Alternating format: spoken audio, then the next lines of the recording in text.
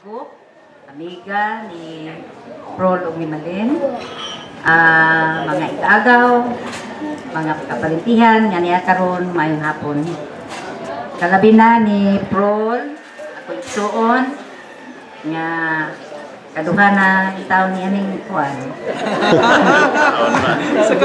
Adventure sa iyang kinabuhi. Unya kang Malen. Murag pagkakita na kong first time ni Malen, murag amigo na midaan. No? Dahil murag mental telepathy mga pag tanaw lang mo eyes to eyes na mi, murag iyan ay feeling ng mga part yun sa among family. Okay? So nagpasalamat ko nga dako kayo ninyong tanan nga miduyog sa kalipay ni Prol o ni Malin sa ilang paghiusa sa ilang kasing-kasing karong adlaw. Okay, so Maura, ako ikasulti.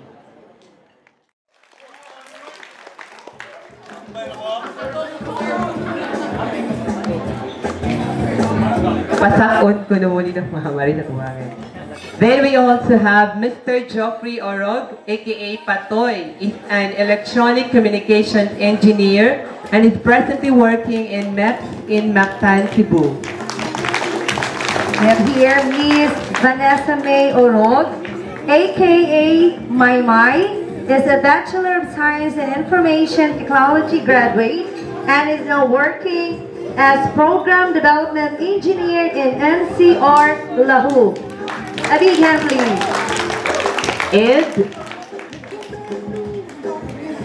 we also have Mr. Brian Orog, aka Dodo, is an HRM graduate and a former varsity player of the Maritime School in Las Piñas. Now he's the coach of the basketball team of the said school. A round of applause, please. And next, Mr. Prol Davis Orog, aka Taghoy, is a registered electrical engineer and is now working in Shangri-La Hotel in Lapu-Lapu City. Next in line is Miss Christy Joy Orog, aka Joy Joy, is a graduating student of Hotel and Restaurant Management in University of San Jose Recoleto, Cebu. A round of applause, please. Next, Mr. Jerome Ramos, an aeronautics graduate and is now working in Royal Star Aviation Manila. Okay, round of applause, please. And we also have Mr. Waris Ramos, is now a student taking up Bachelor of Science in Marine Transportation. Here, dear ladies and gentlemen, The children of our newlywed couple. Okay, so what about, we would like to hear a message from one of them. Mag-represent na lang ninyo. Can I have an representative?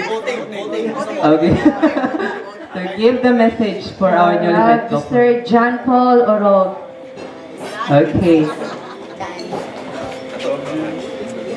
Nagila ka? Mamaway ko? Mamaway ko sa umahan. Maying hapon sa tanan.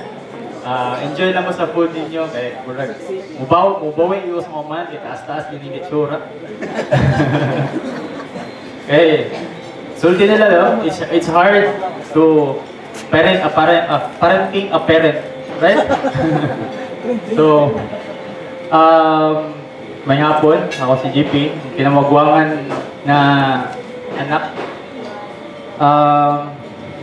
Actually, everything this year is whirlwind romance sa duha.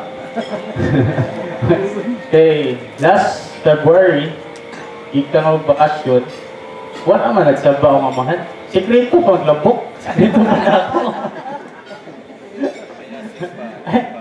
By the time na naabot ang yung mga gitrabuhan na settle down na ka, kalit nagtawag ng mga mansyon. Kuya. Papa, ano man si problema ka? Ikaw na siya nasakit zone na black kami ba? Ano man si problema? Kasi may blita. Magninyo.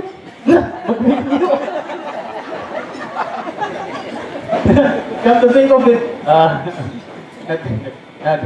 just, sulti ni Ninong na I'm still going to a phase karon.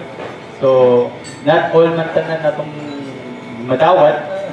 So, it came a shock para sa ako na I'm still going through something. Si Papa naka-round 2 na, mag-round 2 na. Ang uban, wala pasad. So, it was, for me during that time, murag denial ko, murag yung kadawat ba, na nung nag-ulan, nag-atag ko, grasyang Ginoo sa kagwapo, sa mga charm, murag na ang papatanan. Mama na yung dinis mga anak.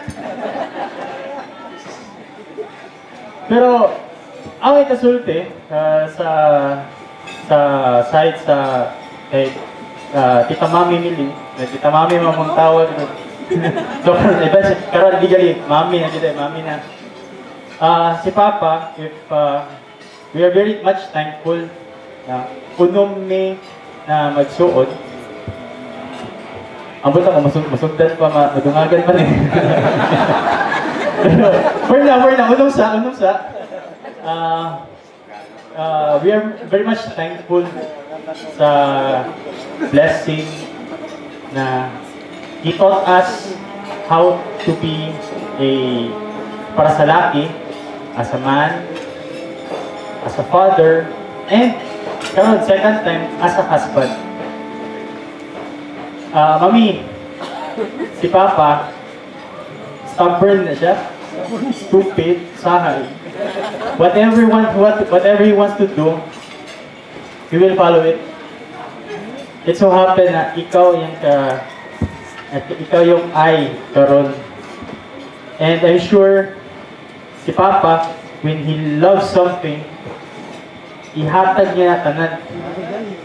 Which is, kita mo sa suod, yun, naglisod, pero pakita kina maghura na mo, asa naglisod, tampo kayo. So, anti-climatic kayo na, Facebook, naglisod ni, mikapon, para pakita selfie, tampo kayo. So, eventually, honestly, it took us time, especially sa mga siblings na mo na to accept na si Papa mag-continue. Siyempre, mangigi man din no? Especially, tingari, how it feel, tingari, kay Jerome, but, which is first time sa naman nakita karon. So, I'm sure, both sides, tingari, awkward feeling na will be new set of team na sad ba? It's, for us 6, we are the basketball team. Papa, mamong kid captain. Nas mama, mamong cheerleader. Ano ba? Karon na lang iba kong cheerleader. Si mami rin. So it took us time to accept. And here we are now. And I never seen my father as happy na makita sa muli ni. And I'm seeing na nanampok man. So, well taken care of dito nga din eh. Ayan. So, nami di karon in support sa among papa, nag-roll call kaming unong halos nanagbo nami, distributed nami around ay na ako na Saudi, ang usang manggod na sa Manila, dara Cebu, pero tagsara mag-apot